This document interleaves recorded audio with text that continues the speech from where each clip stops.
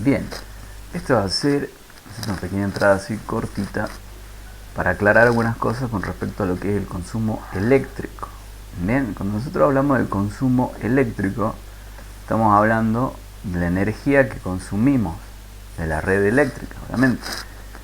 Eso es lo que nosotros nos está cobrando EDESA, en el caso de Salta, obviamente por estar conectado a su red y consumir la energía que ellos nos están suministrando. Bien, justamente hace referencia a la energía que consumimos. Bien, y esa energía se mide en kilowatt hora. Bien, al hablar de kilowatts, al hablar de watts, estamos hablando de la potencia activa, o sea, la potencia que nosotros sí aprovechamos para realizar algún trabajo. Bien, calor, refrigeración, el movimiento de los motores, etcétera. Bien, es una energía que se aprovecha, que se puede aprovechar, y eso es justamente lo que nosotros nos está cobrando la empresa. Justamente todo este análisis que se hace de lo que son las reactancias es para poder entender, obviamente, bien cómo se puede calcular lo que es la potencia activa, y también uno de los grandes fundamentos de por qué se estudia esto es también poder corregir, por ejemplo, todo el factor de potencia, y poder tener así una mejor calidad, bien, del consumo de la energía eléctrica que nosotros hacemos de la red. Por eso es que se hace todo este análisis de las reactancias.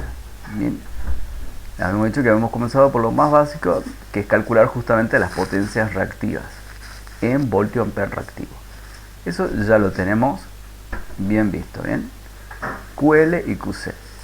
El consumo eléctrico hace referencia a los kilowatt hora, bien, cuando se habla de potencia activa, potencia útil, potencia que se aprovecha, y eso se calcula de esta manera. Bien, vemos acá que E, que es energía, es igual a P por T. P, que es la potencia en watts. Bien, E es el consumo eléctrico o energía consumida en kilowatt hora. Bien, energía. La potencia P es la potencia eléctrica en watts. Bien, T es el tiempo en horas. Bien, acá vamos a corregir eso, no sé por qué aparece dos veces horas. Bien, el número 1000 que está dividiendo es para obtener el resultado en kilowatt hora. Bien, para ahorrarnos la regla de 3, ¿no es cierto? De decir, bueno, si 1000 watts es 1 kilowatt, entonces X watts van a ser tanto, ¿no es cierto? Para ahorrarnos esa regla de 3 y hacerlo más rápido, ya le incluimos acá a ese factor, y justamente ya el resultado nos quedaría expresado en kilowatt hora.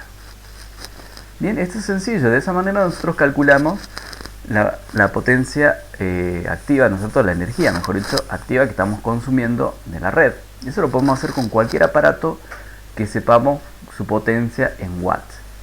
Ahora, ¿no es cierto?, el consumo eléctrico reactivo, vamos a ver que es un poquito diferente, porque en este caso, bien, tenemos que aclarar que las potencias reactivas, QL o QC, en realidad no representan un consumo eléctrico activo.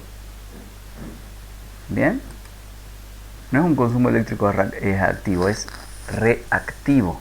¿Cuál es la diferencia entre una cosa y la otra? Es, ¿no es cierto?, que el efecto que producen no se puede aprovechar para producir un trabajo útil. ¿Bien? El calor, por ejemplo, esa energía no se puede aprovechar, el usuario no la aprovecha. ¿Para qué sirve esa energía? Esa energía solamente la aprovecha cada componente, sea la bobina o el capacitor, para mantener sus efectos reactivos, la autoinducción o el campo electrostático, bien, en el caso de la bobina, la autoinducción, y el campo electrostático en el caso del capacitor. Esa energía solo es aprovechada por el mismo componente para mantener sus efectos reactivos. Pero el usuario no la aprovecha porque esa energía no se puede utilizar en forma de algo útil. No la puedo aprovechar, por ejemplo, para producir calor, no la puedo aprovechar. Esta energía, si bien no se puede aprovechar, como ya hemos dicho, solamente es aprovechada por el mismo componente, sus efectos sí tienen impacto en la instalación eléctrica, ya que la intensidad de corriente que circule sí va a producir efectos térmicos sobre los conductores. Y volvemos a aclarar, esos efectos térmicos son perjudiciales, o sea, no son útiles, más bien es una pérdida de energía que se produce por calor en los conductores. Hay que recordar que los conductores no son perfectos y siempre van a tener una pequeña resistencia. Tienen que recordar esta formulita de la resistencia que se puede llegar a calcular nosotros en los conductores. La resistencia es igual al coeficiente de resistividad, que es 0,017 en el caso del cobre, y fíjense que es directamente proporcional al largo del conductor e inversamente proporcional a la sección, que se quiere decir que mientras más largo sea el conductor, más resistencia tiene, pero si su sección es grande, menos resistencia hay. Al contrario, ¿no es cierto? Si la sección es muy pequeña, más resistencia va a haber. Bien, de esta manera calculamos obviamente lo que es la resistencia propia del conductor. Bien, teniendo en cuenta eso, vamos a ver ahí que también vamos a tener el efecto térmico. Bien, ya sabemos la resistencia de los conductores. Bien, ahí lo tenemos, R. ¿Y qué más podemos hacer con eso? Si conocemos, bueno, la resistencia que tiene un conductor, podemos calcular justamente la energía que se disipa en él, o sea, la cantidad de energía que más bien podemos decir que se pierde en el conductor.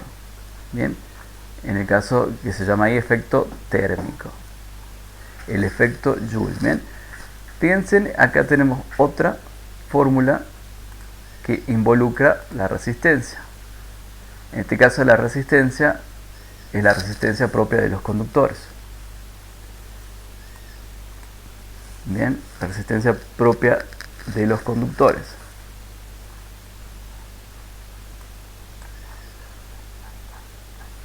Que habíamos visto ya la formulita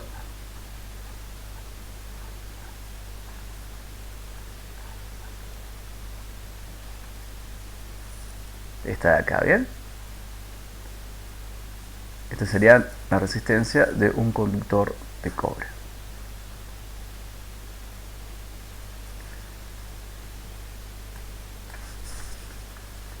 Si nosotros conocemos la resistencia de ese conductor, podemos calcular el calor que se disipa en él.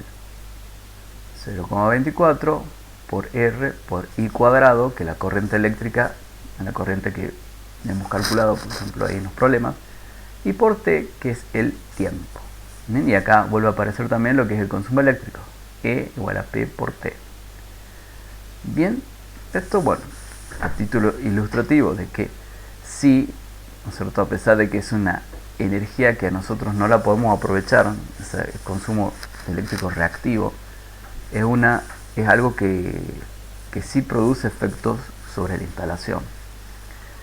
Bien, por eso es que también hay que controlar cuánta energía reactiva se está consumiendo. Porque si es demasiado alta, puede ser peligroso.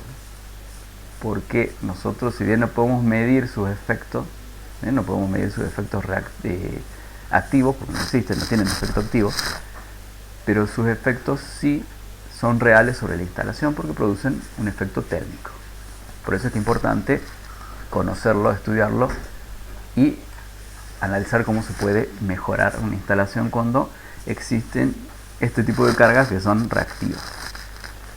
¿Cómo se calcula? Bien, si bien, como hemos dicho, no se puede aprovechar, también se lo puede calcular de manera similar a lo que habíamos visto en el tema del consumo eléctrico activo. ¿Bien? Los kilovolt ampere reactivo. En este caso, en lugar de usar P, utilizamos Q, porque Q representa justamente la potencia reactiva. Por T, el tiempo, que está expresado en horas. Acá voy a corregir de nuevo eso, no sé por qué puse 2 veces horas. Ahí. Y bueno, kilovolt ampere es el consumo eléctrico reactivo. Y obviamente expresado en kilovolt ampere. Q, la potencia eléctrica reactiva, en voltio ampere reactivo. El número 1000, como ya habíamos dicho, es para obtener el resultado en kilovolt ampere reactivo hora. ¿Bien? Un nombre largo, pero significa eso: la potencia reactiva que yo estoy consumiendo por hora. ¿Bien? Y eso justamente la empresa sí lo observa, ¿no es cierto? Y si es demasiado alto, se puede llegar a producir una sanción sobre el usuario. Recomendación también de que corrija justamente ese efecto reactivo, que lo minimice. Y bueno, eso sería ya lo que vamos a seguir viendo más adelante, obviamente. Pero bueno, quería justamente hacer esta aclaración porque no estaba escrito, no estaba escrito por acá en aquella teoría del PDF, pero obviamente es importante aclararlo porque surgió como una duda. Así que, bien, vamos a seguir luego con el tema ya de los circuitos RL o RC, en donde ya vamos a poder analizar un poquito más en profundidad, sobre todo todas estas cuestiones que son de la potencia activa, la reactiva, y la aparente, que es otra denominación, ¿no es cierto? Otra potencia más que aparece ahí. Así que bueno, por ahora lo dejamos acá. Al tema justamente es esta parte la que había que aclarar para poder hacer los cálculos, y también aclarar qué significa justamente esto de la potencia y el consumo reactivo. Bien, entonces lo vamos a dejar por acá y luego vamos a seguir avanzando acá con la temática esta de la reactancia.